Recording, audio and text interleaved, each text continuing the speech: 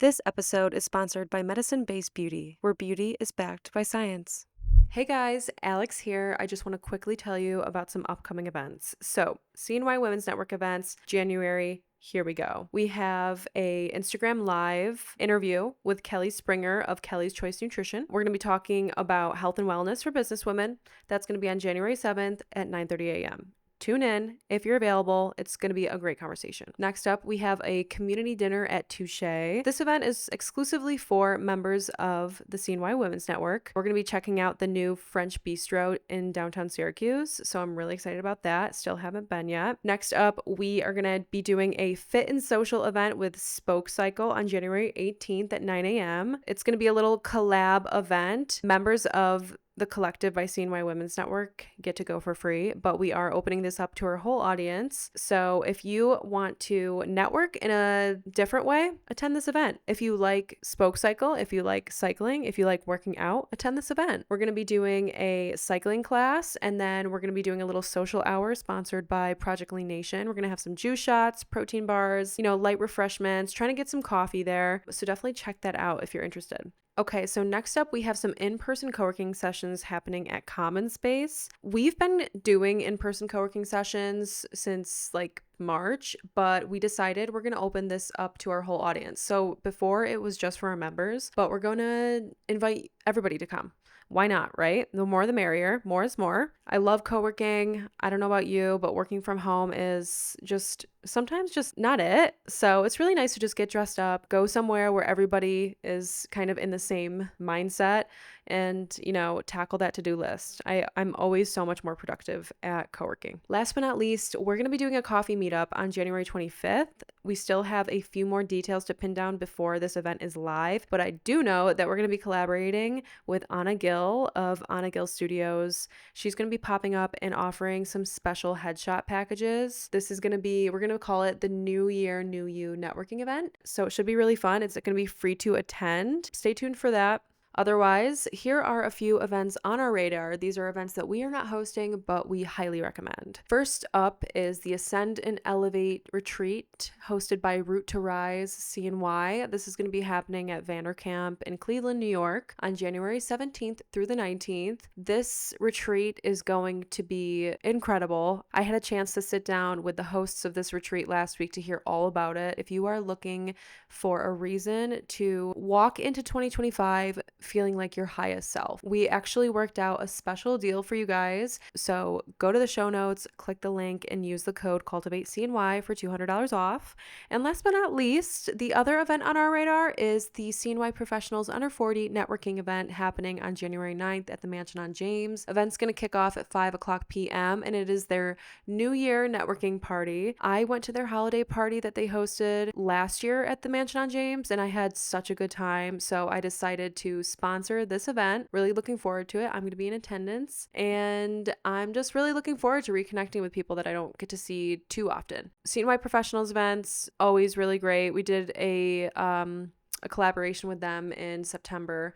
We did a rooftop networking mixer, and that was a really good time. So I'll be leaving all the links you need in the show notes, and now we can start the show. Hello and welcome to the Cultivate podcast presented by the CNY Women's Network. Today's special guest is Daniele Backus, who is a neurodiverse special education advocate. Daniele is a sober mother of a 6-year-old who is autistic and non-speaking, and she has such an incredible story. She works with David's Refuge and Safe Space CNY. In this episode, we talk about neurodiverse affirming behavior, working in advocacy, neurodiverse accessible environments for education, and how we can make education work for neurodivergent students. So without further ado, let's welcome Daniele Backus to the Cultivate podcast.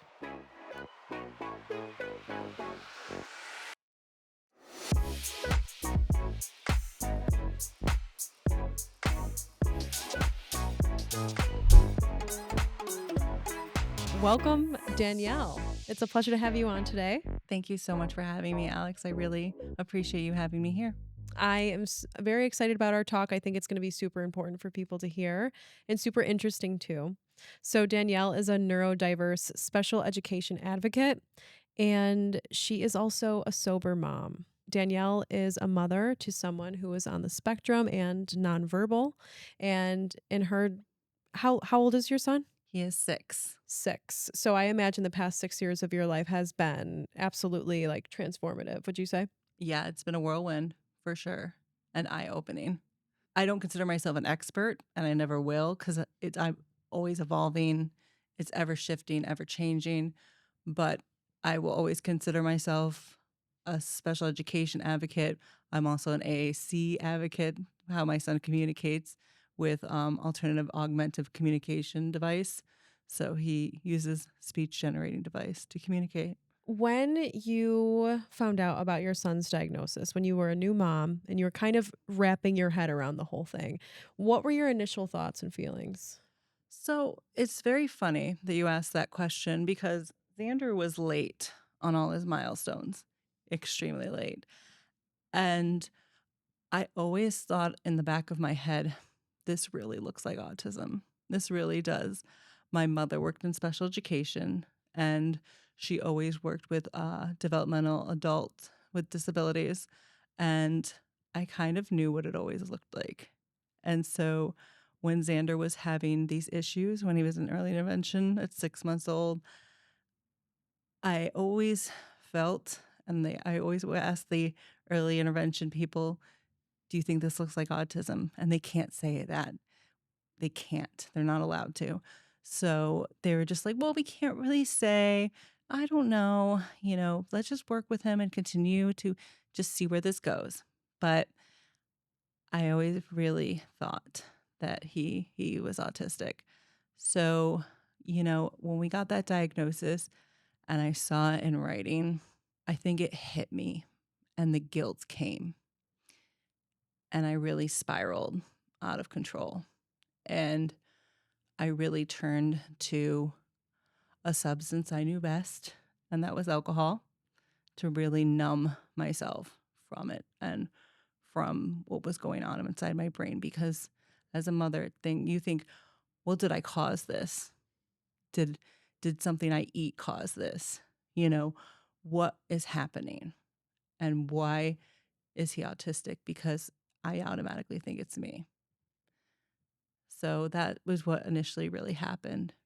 Initially, it was very hard, and you turned to a substance, like you said, that now you are sober. So I assume that there was obviously maybe a breaking point or a realization that you had that no, I don't want to take the easy way out of this. I need to come at this like a warrior.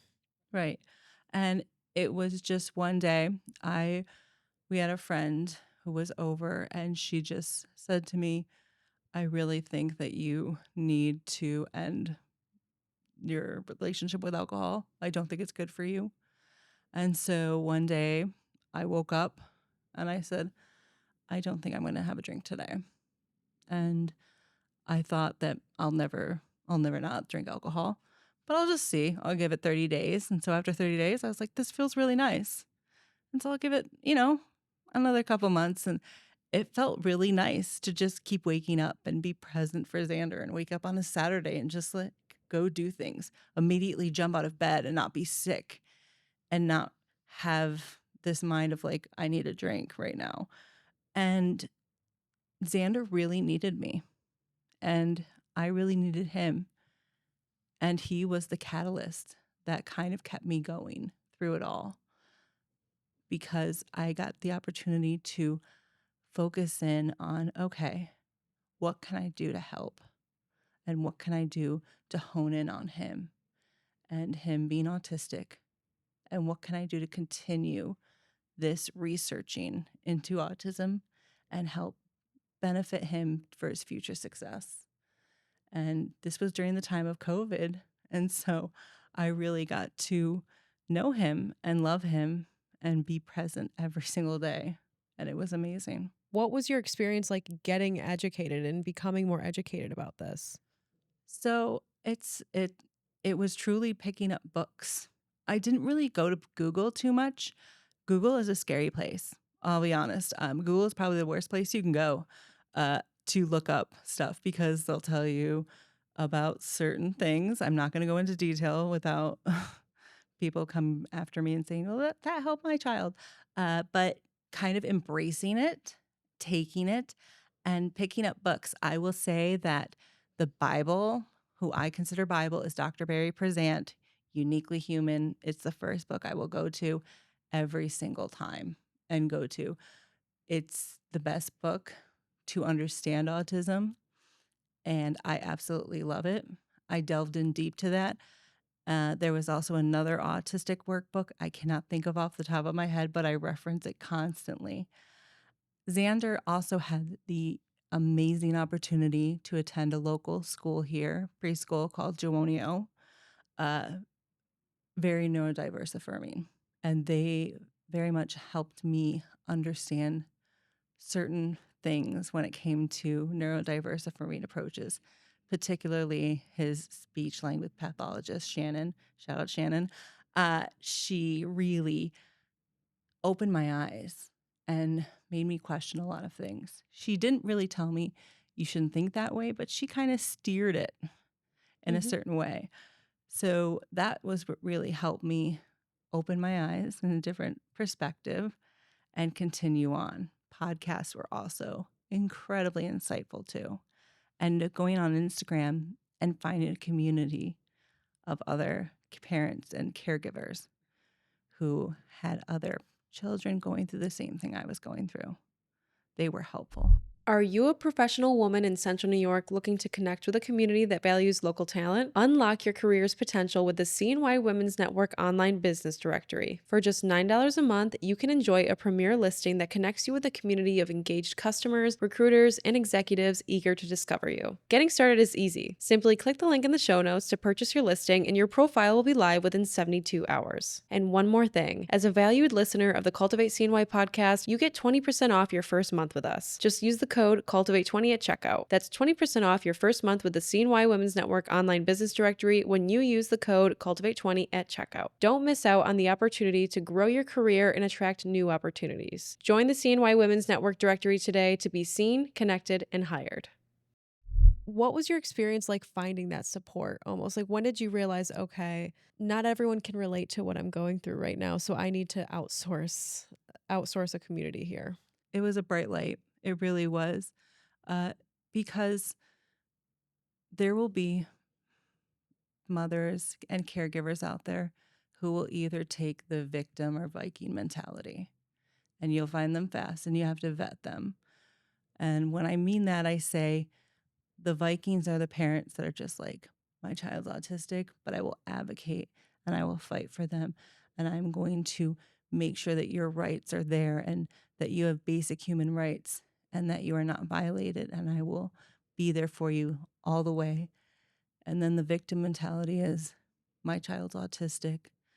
I can't do anything for them. I'm just going to humdrum this life and just, there's nothing I can do. This is really sad. They're always going to be the way they are. And I refuse to believe and give up on my child. I will never give up on him, ever. Let's talk about some neurodiverse affirming behaviors. I know you mentioned this, and, give us a few examples of maybe how, the amazing people that have been helping your son maybe have changed your mind or helped you understand how to deal with specific situations. Right. So when it comes to neurodiverse affirming approaches, or we call them now neurodiversity affirming approaches, I take a step back and I kind of let those who are similar to my child but older take the lead. So non-speaking autistic adults who I refer to communication first organization. So people like Jordan Zimmerman, who is a female, she's a non-speaking autistic ACC user. She very much believes in bodily autonomy, which means you do not put your hand over your child's hand. You refer to them as a non-speaking individual rather than nonverbal, because when you say nonverbal, it means you don't, like, for example, nonverbal, it means you don't understand anything that they're saying or anything that's going on. And I say my child is autistic rather than they are a child with autism, That's how the autism community wants to be referred to as identity first. And so that's how I will take it as. Some people may not agree with me on that, and that's okay. But autism will always be a part of my son, and I'm in agreement with that, and I will take that approach. Also, I will make sure that my child is regulated, which means that he is feeling calm and collected. And so if he has to be on a swing for 15 minutes, or if he has to sit, not sit, but go into a crash pad 15 times, which means repetitively, he's got to slam his body into a crash pad, which is exactly what it sounds like for as long as he wants. And then he's regulated and feeling good. He can go to work and work with me. Access to fidgets and anything he wants while he's working on work. Uh, Things like that. Accessibility to if he needs to stand at the table, sit at the table, however he wants to be, lay down at the table while he's at dinner. That's up to him. I'm going to give him his right to bodily autonomy at all times. That's okay. And lastly, giving him the ability to model without expectation. So, for example, on his device, I will show him, okay, you want such and such thing, or you want to go outside, and I will say outside. And he either will copy that or he won't. And that's okay. Or we will give him time to pause. And that's affirming him. That is just taking the lead of what he wants to do. I will never try to force him or make him comply by giving him a reward or trying to enforce him to do certain things he doesn't want to do because that's just causing him distress or that's just going to cause more problems down the line. Do you think that, this kind of way of approaching autism and parenting an autistic child, do you think that this is like a newer concept? People are becoming a little bit more educated and aware that maybe other techniques and modalities are not productive at all? I believe so. I believe so that there is a major shift happening with the power of internet, with the power of communities talking to one another. There is a huge argument happening at the same time of, the lower support needs people kind of talking over the higher support needs people like my child. There's major arguments with that, but also there's a shift where, okay, we really need to think outside the box of what it is that we're doing and why are our children going to school so distressed all the time and why isn't academics working? And there's a lot of children that are coming home in distress and a lot of kids like my child who are being taken out of school and being homeschooled. There are so many parents I know now that are saying it's too much and I have to homeschool my child now because the IEP teams aren't listening to me. The school isn't listening. It's no longer appropriate. And I feel because my child can't verbalize their needs that I just don't feel they are safe. And Mhm. that to me is very sad. But at the same time, I'm doing everything in my power to make sure that voices are raised and that they are heard and that we see them and hear them. I imagine to have, a child that's not getting their needs met in the usual public school format that we all know, you must be torn because, in a way, obviously the social interaction is so needed to continue their development. It just needs to be the right sort of social interaction. And there needs to be the right sort of people there with the right sort of skills to support the child wherever they're at. And, the public education system is set up to make everyone the same. It doesn't matter how uncomfortable or what it doesn't matter what your needs are. You need to be doing the same exact thing as the person next to you. You are absolutely correct, Alex. You are 100% correct because everybody learns differently. Everybody. And I mean, everyone you meet learns differently. I don't care if you're neurotypical or not.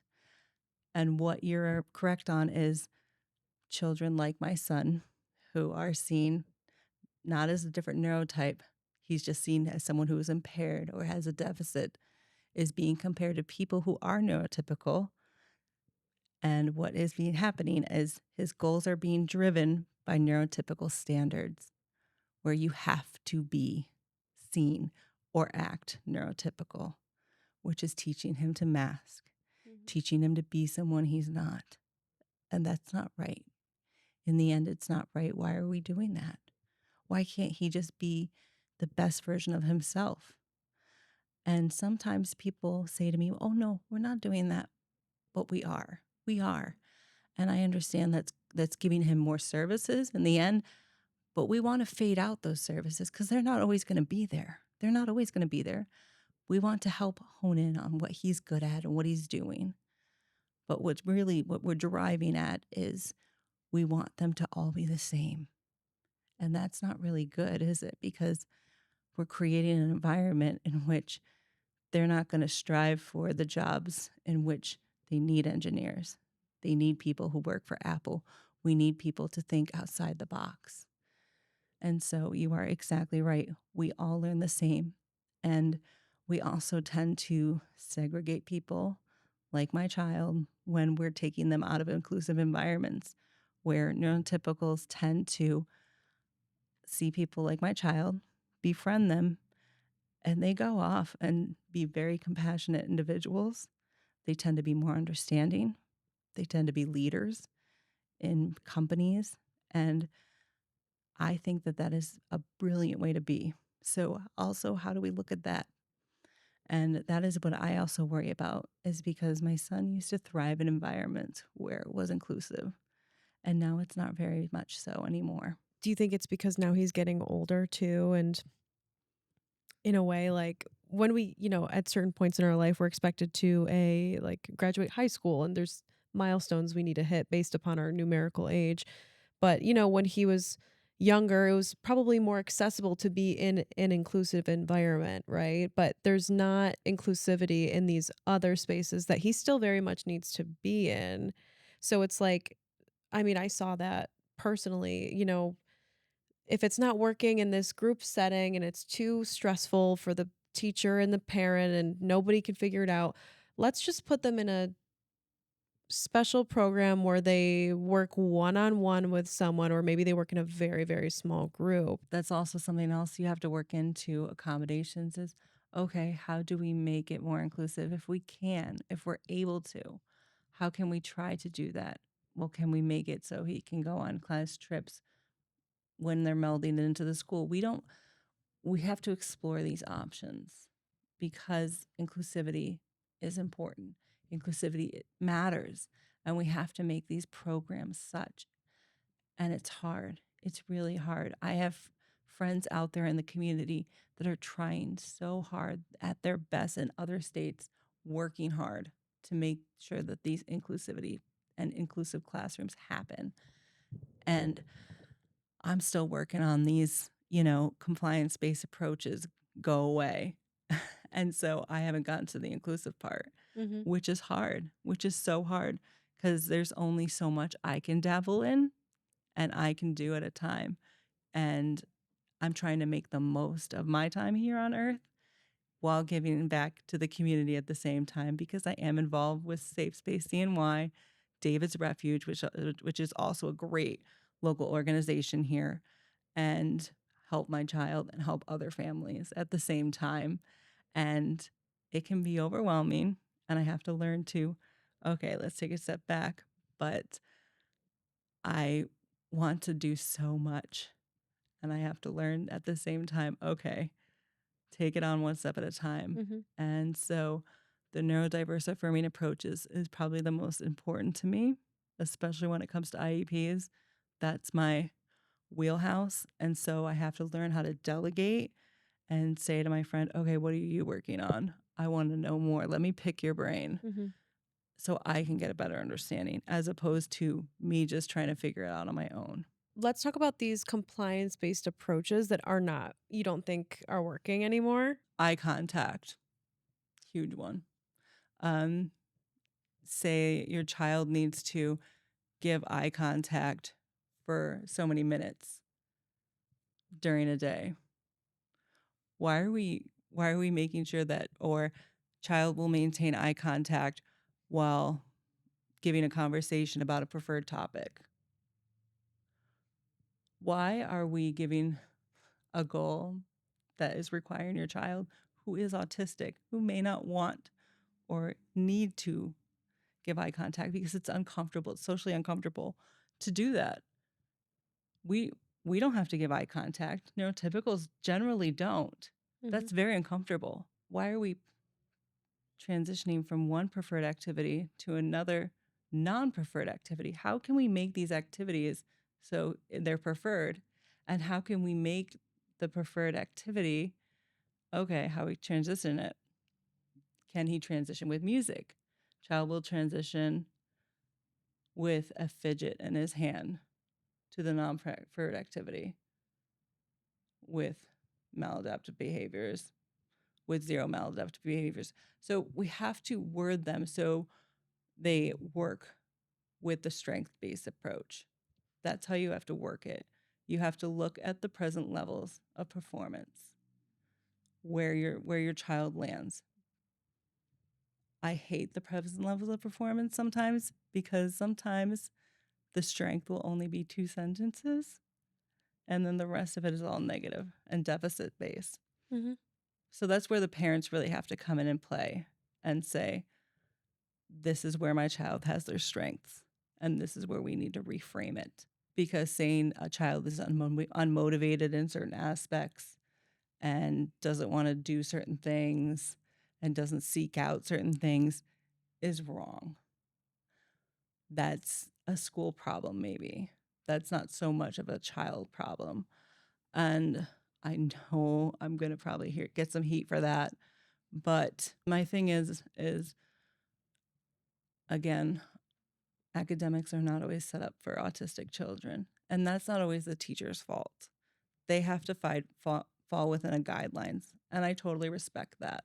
While you're explaining that, I feel like to understand what you know now, having done so much research and observing how to raise a child with autism and like, coming at it with these more, it's a mindset shift. It's like coming at it with a much more positive, empowered, abundant sort of mindset that can transcend to like just human beings, right? Is like just understanding that we're like human and we're not robots and we're not going to go and do something and perform well because we tell ourselves to and we have to. It's like there needs to be another approach to it all.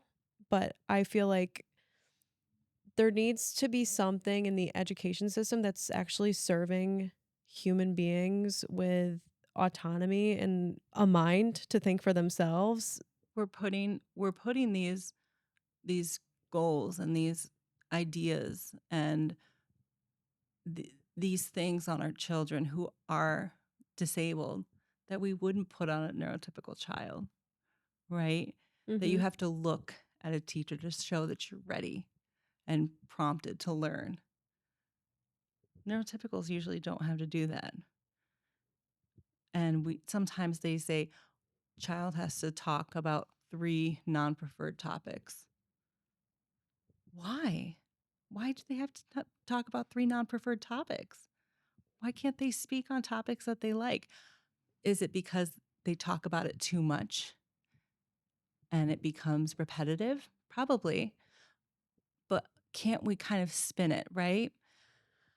And then lastly is the thing that I don't like the most, and that is on AAC, and that is gatekeeping language, where a child has to learn 6 words before they can go into robust language, and that's gatekeeping language. And when I mean robust language, that means access to all words on the child's device, all words. And when I mean that, I mean all the words that you speak, you can speak all the words, right? My son would only be limited to 15 until he can show that he can work with more. How right is that? And how was your needs met? Babies babble, right? Babies learn language like that. We also play with language. We learn different language. We learn different words every day. We always learn language. So we should have robust language out and in the open. We can't be saying, well, they're getting overwhelmed. They're they're hitting the button repetitively. Maybe maybe they like the sound of that word, right? Maybe they enjoy the way that it sounds. Maybe they like the sound of the word medicine over and over again. I can't tell you what he's thinking, but we have to presume competence at all times and not just think that they're not competent of learning and write them off as they don't understand what they're doing and gatekeep the words. So if that child over there who's neurotypical can say all the words that they want to say, so should my child.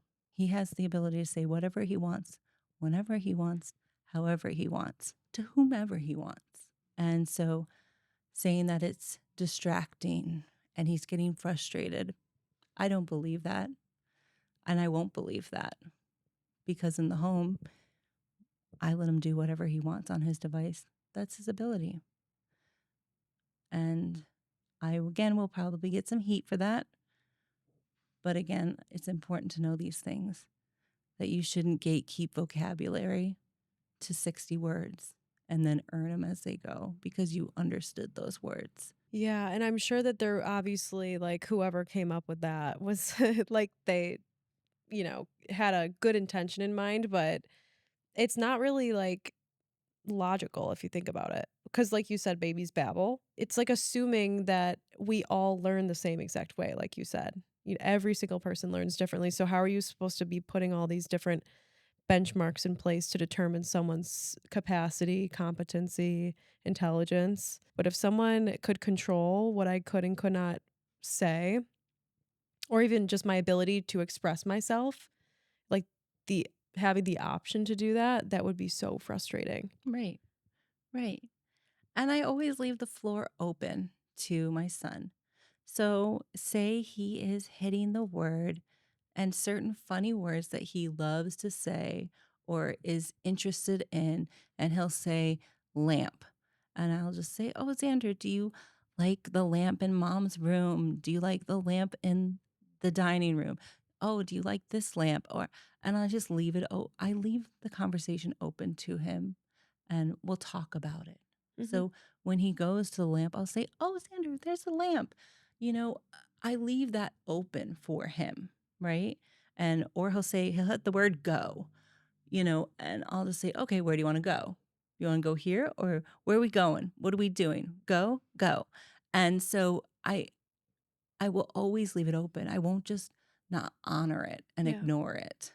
Yeah, he's looking for that connection with you. That's Absolutely. like his bid. Yeah. Absolutely.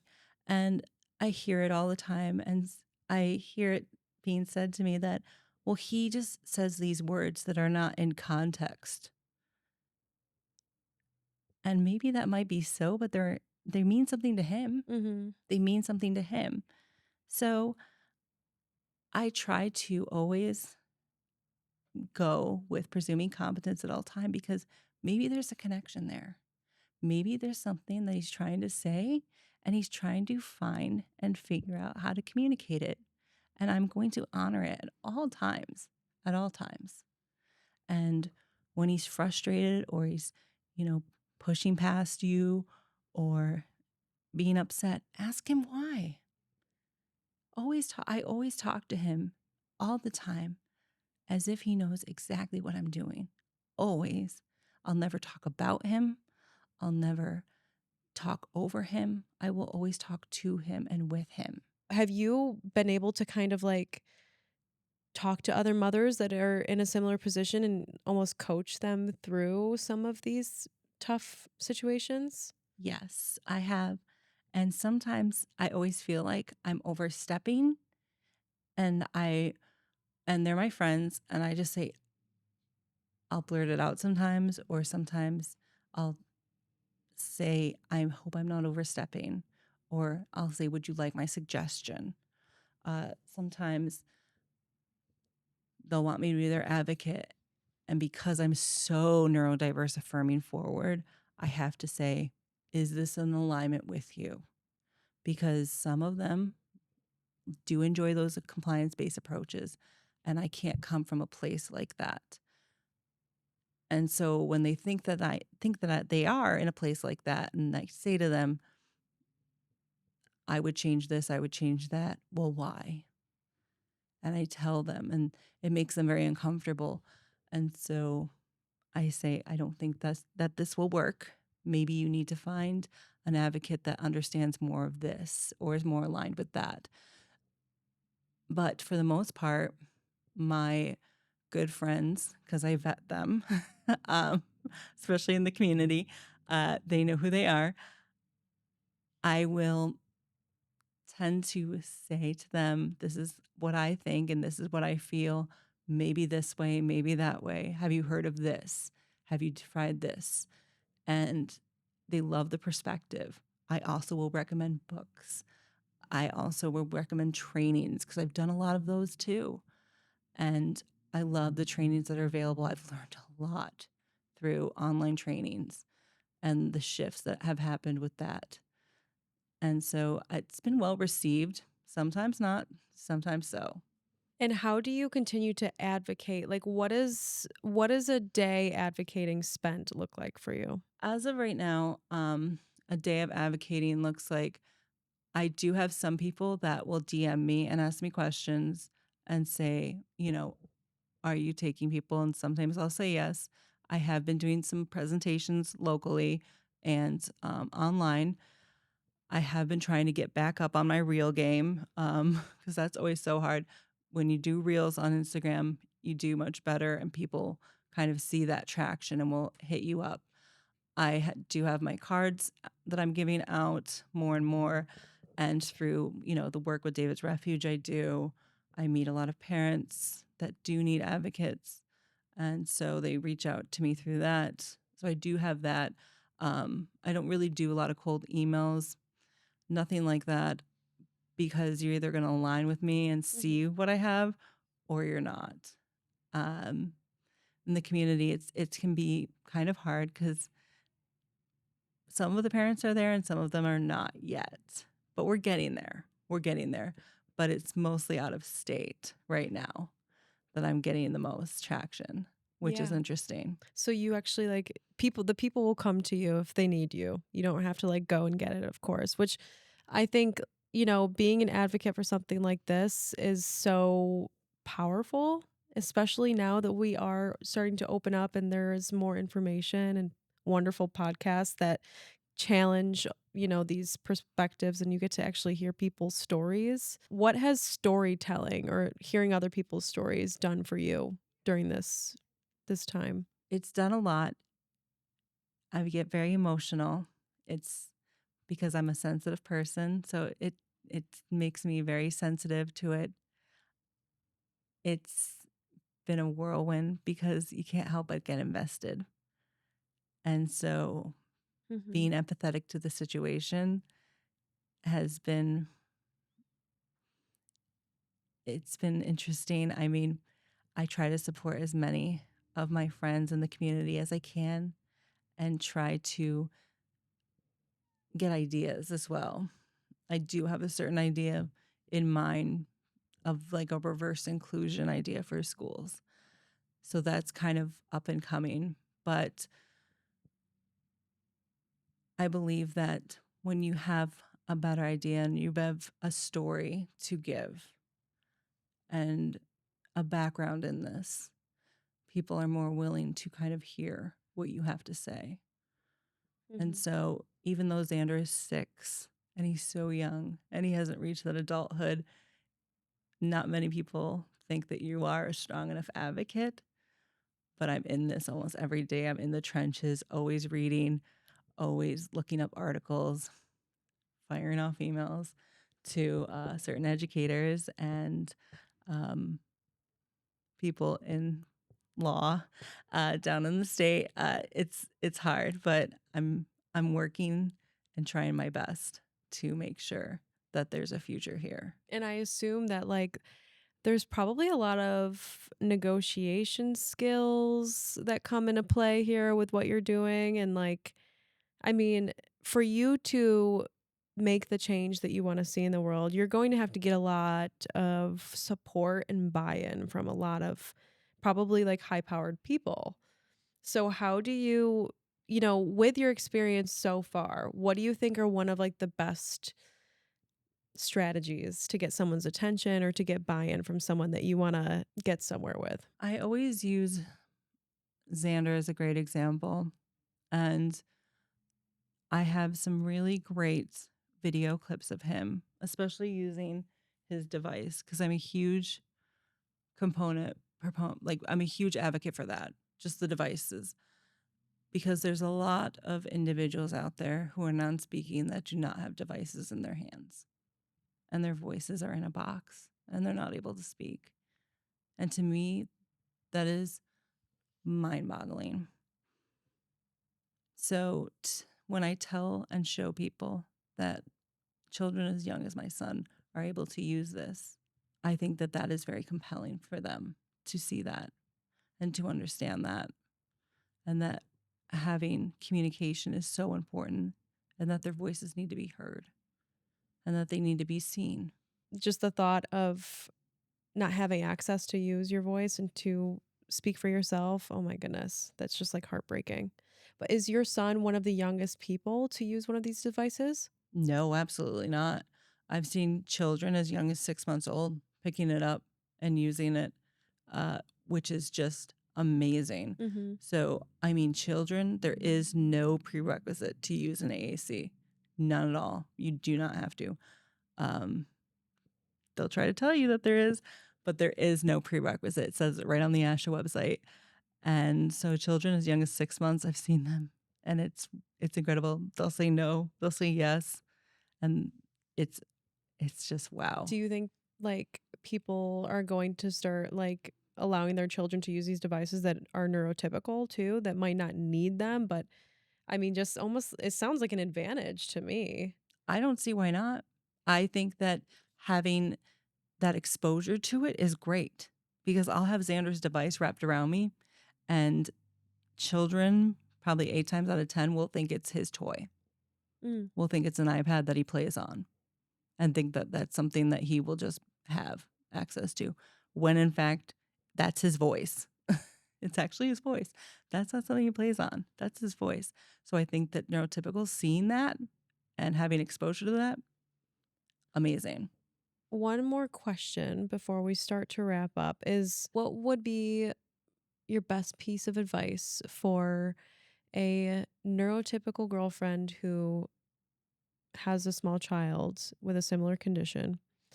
You know, what would your best piece of advice for them be about anything about parenting?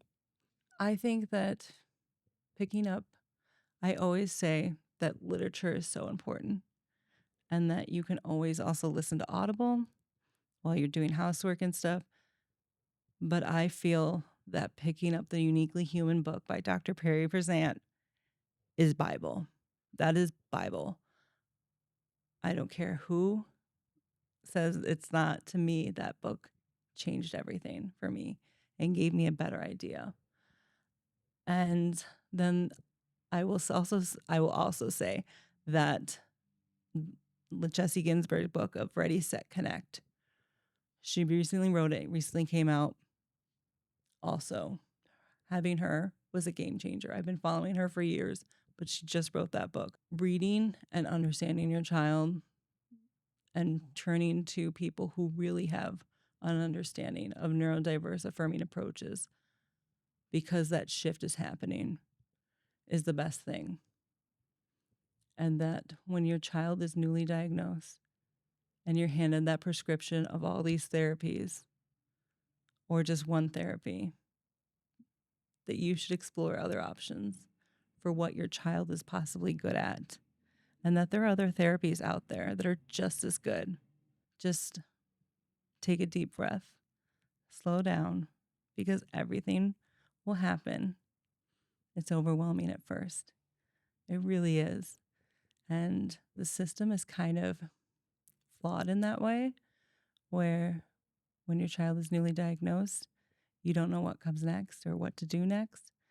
And it's very hard, but you are going to have a lot thrown at you. I remember it so well. And just take a deep breath and embrace your child for everything they are and everything they're going to be. Your energy is very grounding. I'm sure you hear that a lot. You just make people feel safe, huh? Oh, thank you so much. I appreciate that. I It's do a hear that. strength. Yeah. It's a Yeah. gift. Oh, And I you're mean, so kind. like you said, your closest friends and family told you you've always been an advocate. How did you show up as an advocate when you were like a kid or a teenager? Or just did you always kind of advocate for other people? It's funny. Yeah, I kind of did. I always was defending others. It's funny. My mom refused to raise me as the mean girl. One time I was saying something mean about another child, and she pulled me aside and she goes, "I refuse to have you be the mean girl. You are not going to be a mean girl." And that kind of always stayed with me. And I was never the mean girl. After that, it just like made me realize that kindness goes a long way. It really does. So I always really stuck up for a lot of people and learned that kindness just goes a lot further, Mhm. more than anything. All right. Well, Danielle, thank you so much for joining me for the Cultivate podcast. It's been an Thank you. absolute pleasure. Excellent. Thank you so much again. All right, guys, that is it for this week's episode. Thank you so much for tuning in to Cultivate CNY. If you enjoyed this episode, I would love it if you left us a review and make sure you're subscribed to the show. Speaking of the show, if you know anyone or if you are interested in being our next guest on Cultivate CNY, be sure to submit us an application. You can just click the link in the show notes. And if you're a business owner that's interested in getting in front of our audience, you can go ahead and email us at podcast@cnywomensnetwork.com to learn more about sponsorship and advertising opportunities. All right, that's it for now. I'll catch you guys next Monday.